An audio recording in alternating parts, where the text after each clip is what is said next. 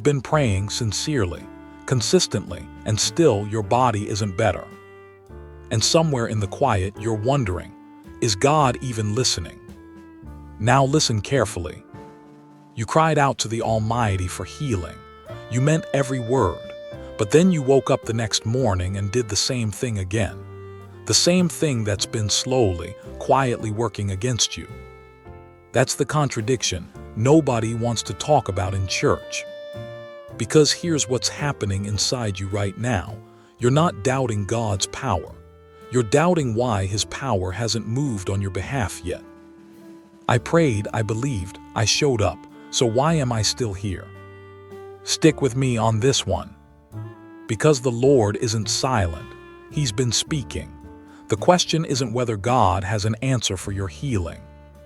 The question is, have you been willing to hear it? Let me tell you about a woman. She wakes up at 6 a.m. every single morning. Before her feet hit the floor, before the coffee brews, before the world starts making its demands, she's on her knees, talking to God, pouring out her heart, asking the Lord for relief from this weight she's been carrying. This exhaustion that sits in her bones like concrete.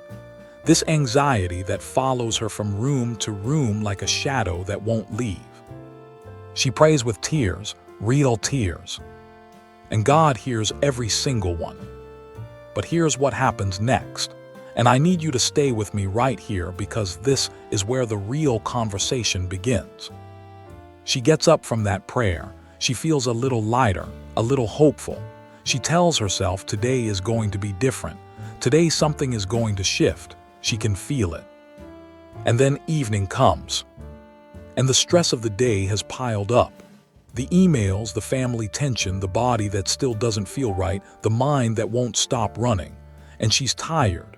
Not just physically tired, she's tired of fighting, tired of trying, tired of hoping and not seeing.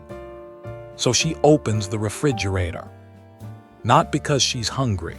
She knows she's not hungry, but food feels like a hug right now. Food feels like relief. Food feels like the one thing she can control when everything else feels out of her hands. Or maybe it's not food for you.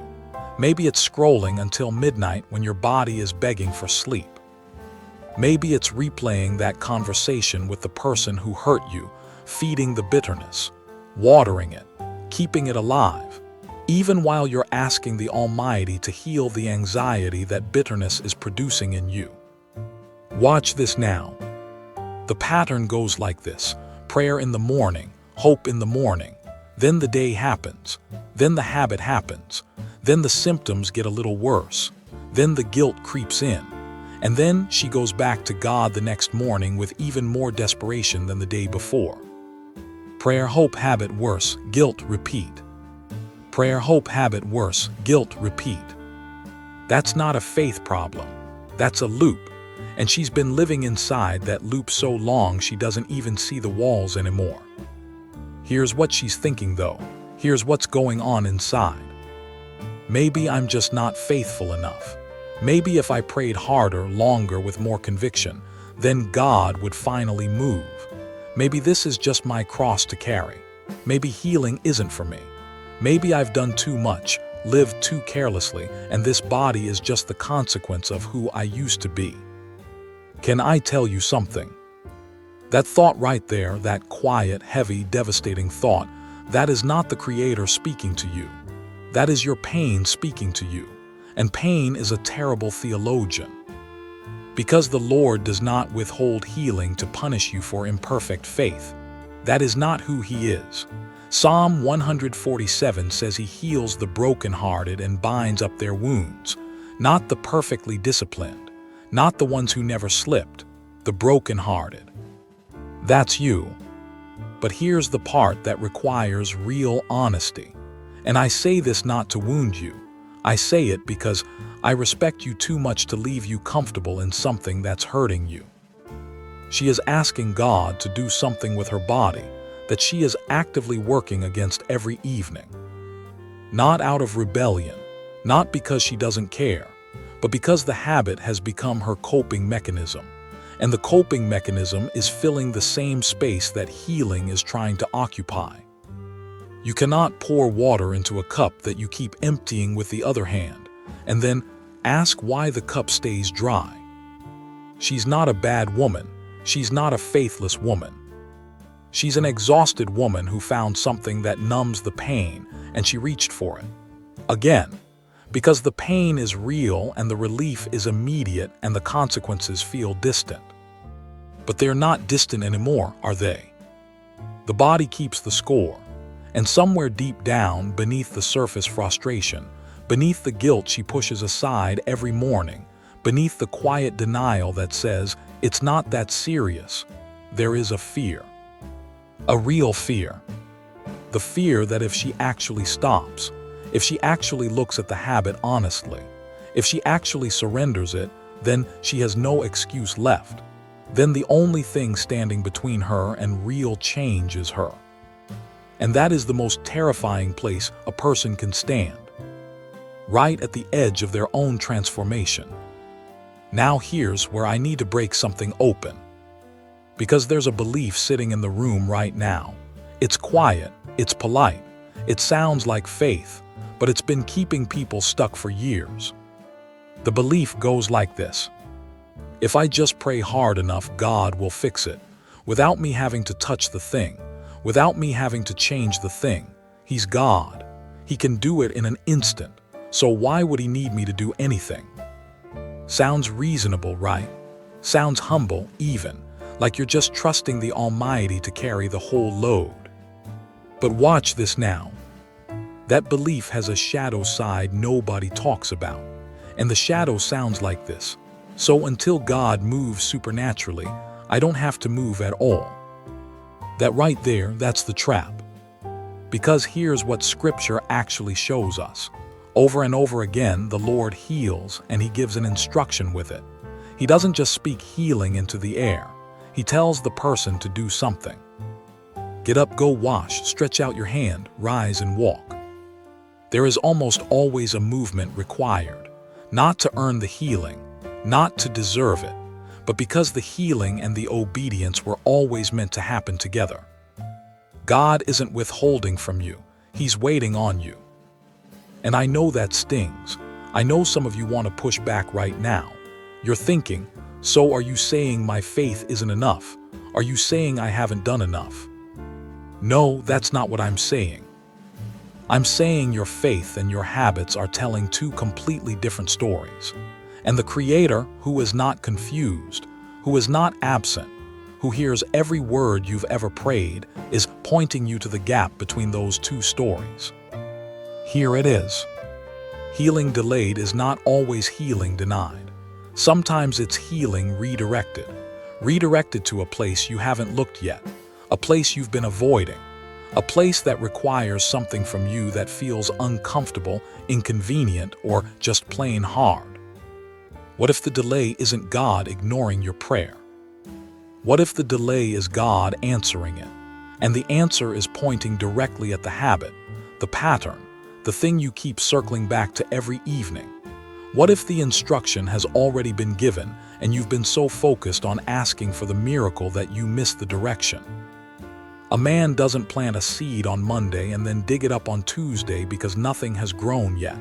He doesn't assume the soil rejected the seed. He waters it. He tends to it. He does his part and trusts the process he started. But what if while he's watering with one hand, he's pulling the seedling out with the other? That's the picture. That's what's happening. You are praying with real faith, and then unknowingly, sometimes knowingly, undoing the very ground where your healing is trying to take root. Proverbs 19:3 puts it plainly. A person's own foolishness ruins their life, yet their heart rages against the Lord. Not because the Almighty is cruel, but because we sometimes block the very thing we're crying out for, and then blame the sky for not opening. So let me ask you something direct.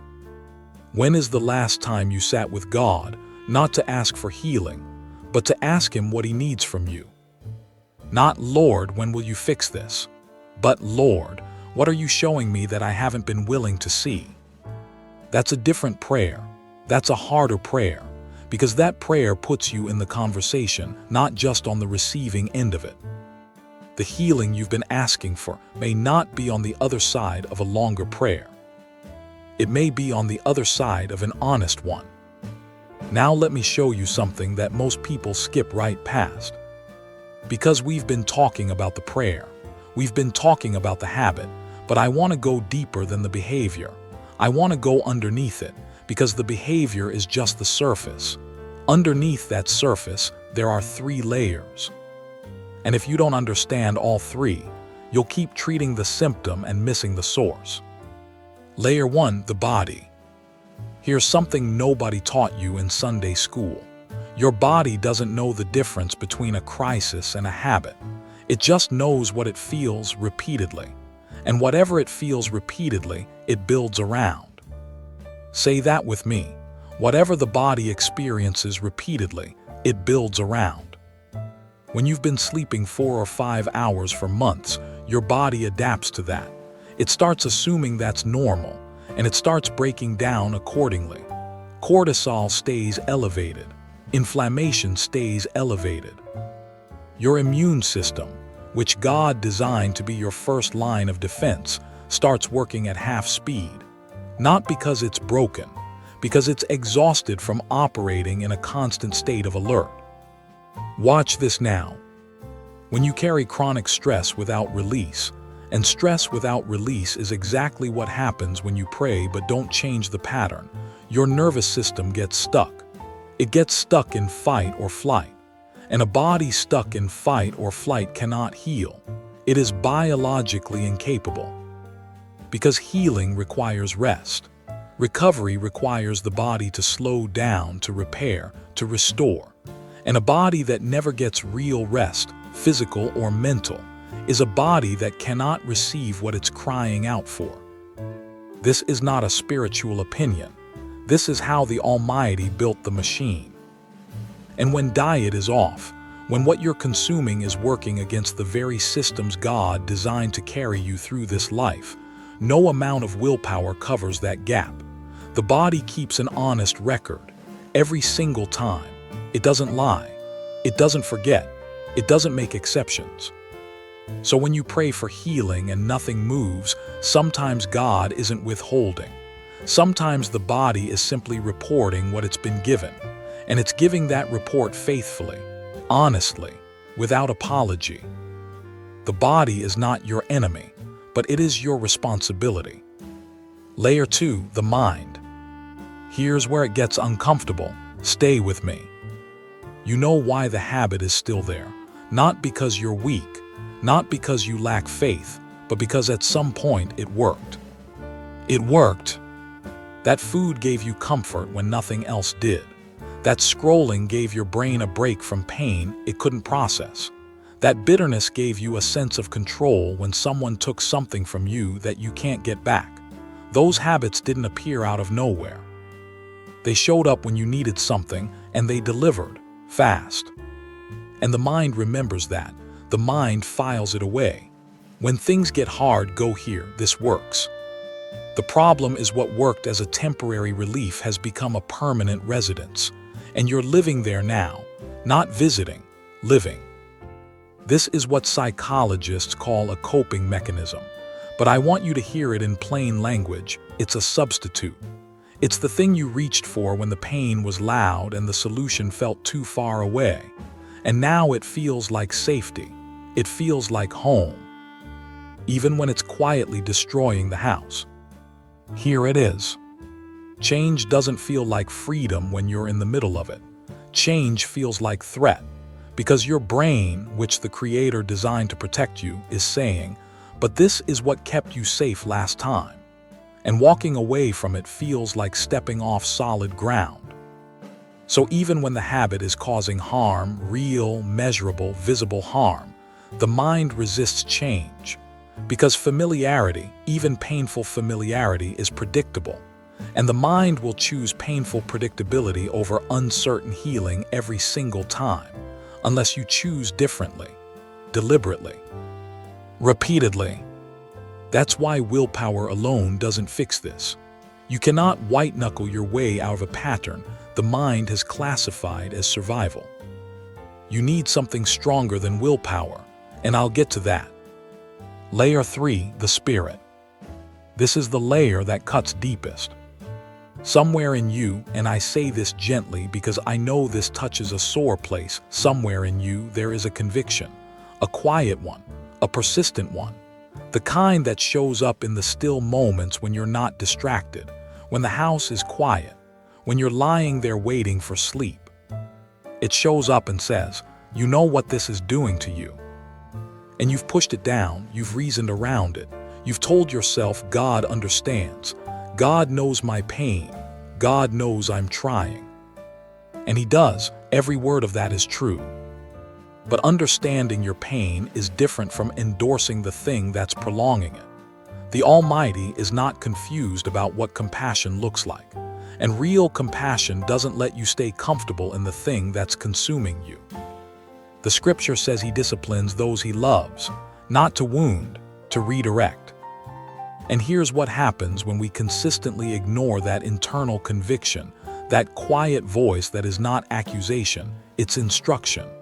When we ignore it long enough, we don't just drift from the habit, we drift from the conversation. We start to feel like our prayers hit the ceiling. We start to feel like the gap between who we're asking God to make us and who we're choosing to be in the evening is too wide to cross. And that gap, that spiritual static, is not God pulling away. That is the disconnect between prayer and obedience trying to get your attention. Because the Lord designed you for wholeness, not just spiritual wholeness, physical wholeness, mental wholeness. He didn't draw a line between the body and the spirit and say, I'll handle this side, you figure out that side. He made one person, one integrated, interconnected person. And He calls that person to stewardship. Stewardship of what you eat, stewardship of what you consume with your eyes and your mind, stewardship of your rest, stewardship of your anger, stewardship of your grief. Not perfection, stewardship. And stewardship means you don't pray for the harvest while burning down the field. Think about a wound, a real physical wound. If you cut your hand, God's grace is present. The body's ability to heal is present. The blood begins to clot. The skin begins to close. The process starts immediately, automatically, because God built it that way. But if every single day you go back and reopen that wound, not out of cruelty, but out of habit, out of compulsion, out of not knowing what else to do with the pain, that wound does not heal. Not because healing isn't available, but because the cycle is preventing restoration. Grace is present, but the cycle is blocking the result. That's the picture. All three layers, body, mind, spirit, feeding the same loop. The body building around the pattern, the mind protecting the habit as safety, the spirit being slowly silenced by the gap between conviction and action. And the whole time, you're on your knees asking the Almighty why nothing is changing. He's not ignoring the prayer. He's waiting for the prayer and the life to start telling the same story. So now you see the loop. Not just the behavior, not just the choice you make at 9 p.m. when the day has worn you down to nothing. You see the whole system, body, mind, spirit, 3 layers, 1 loop, and all 3 feeding each other so seamlessly, so quietly that it felt like just life. But it's not just life, it's a cycle, and a cycle doesn't break itself. Here's where I need you to stay with me, because this is the part that changes everything. You've been treating this like 2 separate things. The prayer is over here. The habit is over there. And you've been hoping, sincerely hoping, that if the prayer gets strong enough, it'll eventually reach across the gap and fix the habit from a distance. Like God is going to do surgery on you while you're still holding the knife. Watch this now. That's not how the Almighty designed this to work. And deep down, beneath the theology, beneath the defense mechanisms, beneath the God knows my heart, you already know that. You've known it for a while. The body, the mind, the spirit, They're not three separate departments. They're one person, you, one integrated, interconnected person that the Creator made and called good. And when one part of that person is running a pattern that works against the whole suffers. Not because God is punishing, because that's just how the machine works. You can't smoke every day and ask God to protect your lungs and call it faith. You can't sleep 4 hours and ask the Lord for energy and call it trust. You can't feed bitterness every night and ask the Almighty to heal your anxiety and call it prayer. At some point, and I say this with the full weight of love, at some point, that's not faith. That's avoidance wearing faith's clothing. And here's the reframe I need to give you today. Your unanswered prayer is not rejection. It is an invitation. Say that again inside. Let it land. Not rejection, invitation. The Lord is not sitting on a throne shaking his head at you. He's not keeping score of every time you slipped. He's not waiting for you to be perfect before he shows up. That is not who he is. Psalm 103 says he knows our frame. He knows we are dust. He is not surprised by your weakness. He is not disgusted by your struggle. But he is inviting you into something deeper than a miracle you receive passively while nothing in you changes. He's inviting you into partnership. Here it is, right here, don't miss this. Because most of us were taught that faith means you ask and he delivers. You pray and he moves. You believe and he handles it. And there's truth in that. The Lord does move. The Lord does deliver. The Lord does heal completely, miraculously, sovereignly. But there's another kind of healing in Scripture, a kind where he says, I'm with you. My power is available to you. Now move. Get up, go wash, stretch out your hand. Not to earn it, not to deserve it, but because God designed the healing and the movement to happen together. They are not separate events. The obedience is part of the miracle. Your step is part of the story. And this is where the paradox lies. The healing you've been praying for. It begins the moment you surrender the habit you've been protecting. Not after. Not when you've been perfect for 30 days. Not when you feel ready. The moment you surrender it. The moment you stop protecting it and start being honest about what it actually is and what it's actually costing you. Because right now, and I want you to hear this clearly, right now, the habit and the healing are competing for the same space inside you. And you've been asking God to fill you while holding on to the thing that keeps emptying you. You cannot receive with a closed fist. That's not theology, that's just physics. And I know what some of you are thinking right now. You're thinking, but I've tried to stop. I've tried to change and I keep going back.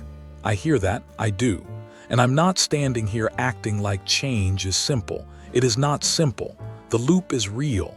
The layers are real. The pull of the familiar is powerful. But here's the difference between trying to stop on your own strength and partnering with God to do it.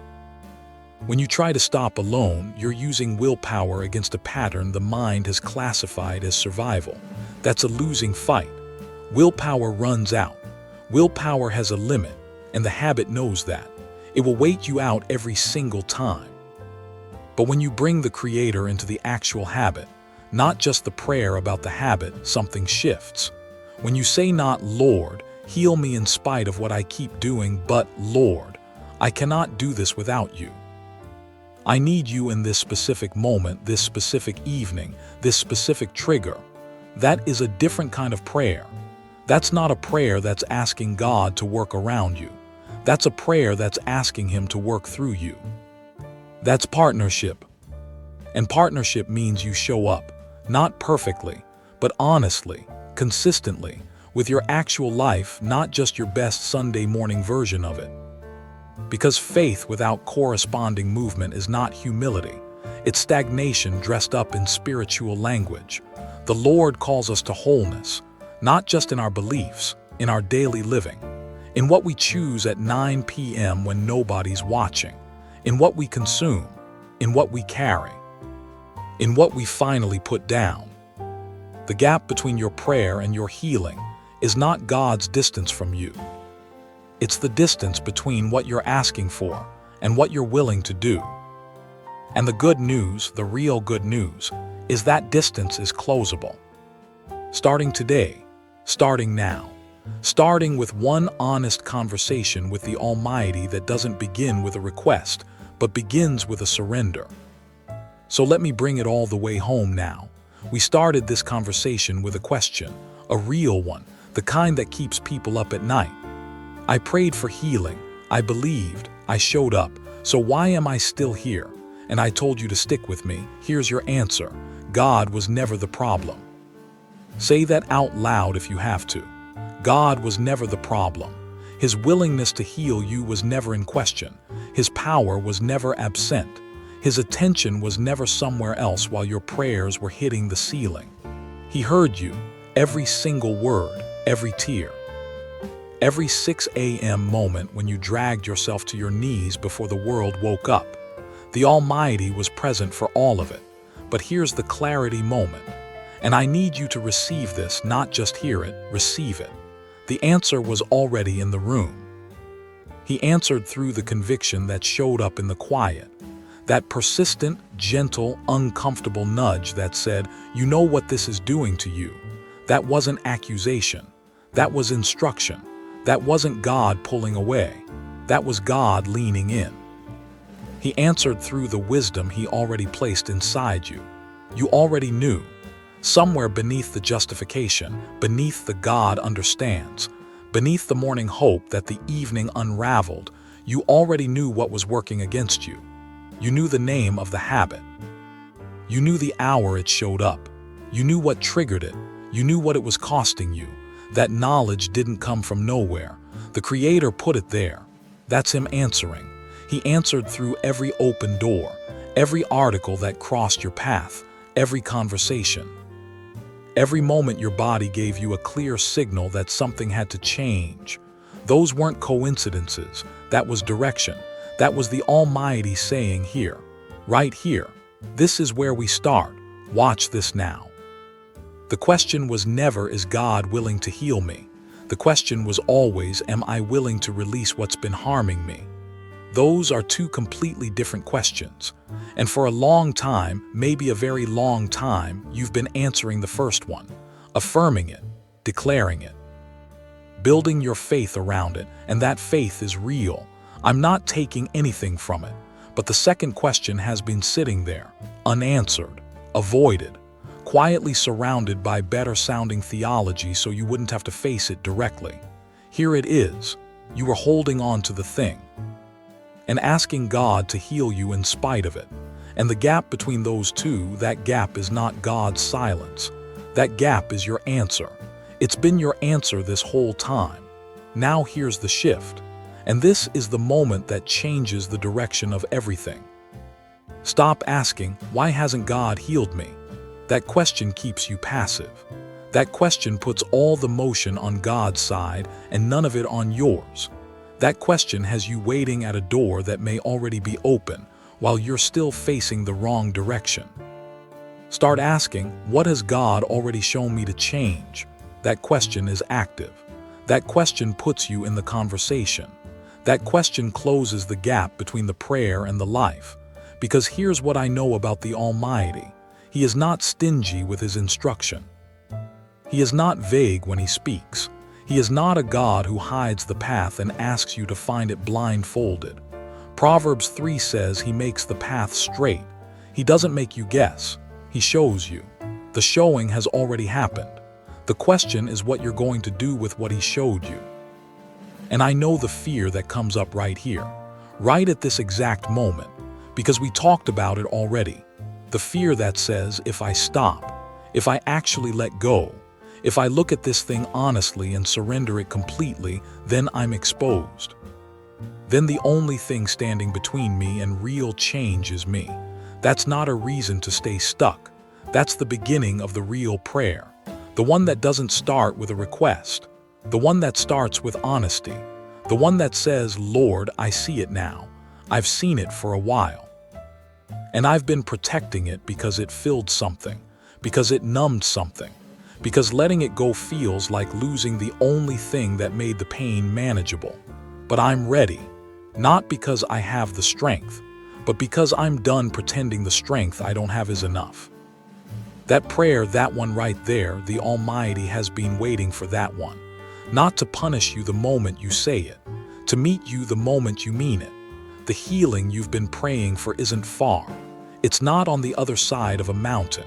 It's on the other side of that surrender. The one you've been circling, the one that's been waiting patiently while you tried every other door first. This is the door, and it was never locked. So here we are. The end of the conversation, but maybe, just maybe, the beginning of something else entirely. I want to talk to you like a friend right now, not a preacher, not someone behind a pulpit, just someone who sees you, really sees you. You came into this video carrying something, and I don't know exactly what it looks like for you, but you know, you've always known. The habit has a name, the pattern has a time, the loop has a trigger. And somewhere in the middle of all this, you started to believe that you were too far in to find your way back out. That's the lie I want to dismantle before you close this video. Because shame will tell you that you've waited too long, that you've prayed too many times and slipped too many times and the gap is too wide now. Shame will dress itself up in spiritual language and say, maybe this is just who you are. That is not the Creator speaking. That is not His voice. His voice sounds different, it's quieter, it's steadier, and it doesn't condemn, it calls.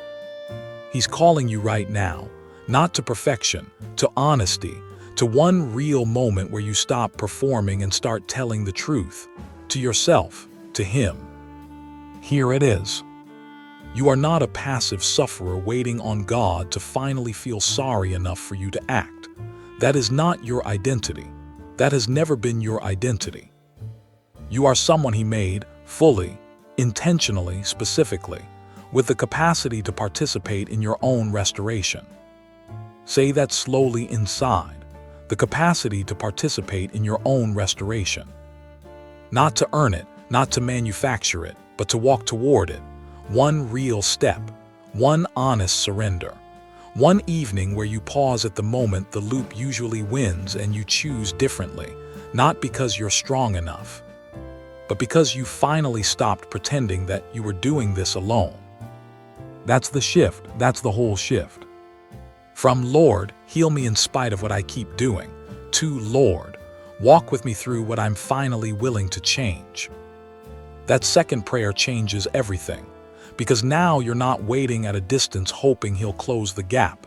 You're moving, and He meets movement every single time. Psalm 34 says the Lord is close to the brokenhearted, not the finished, not the fixed, the brokenhearted. You don't have to have it together to take the next step. You just have to take it. So here's what I'm asking you to do, not tomorrow, today. Have the honest conversation. The one that doesn't begin with a request. The one that begins with, Lord, here is the thing. Here is exactly what it is. Here is what it costs me. And I'm done protecting it more than I'm trusting you. That's not weakness. That's the bravest prayer you'll ever pray. And healing, real, lasting, deep healing, it doesn't wait for perfect people. It walks alongside honest ones. You are not too far gone. You are not forgotten. You are just one surrender away. And the Almighty has been standing at that door, patient, present, and ready, the entire time.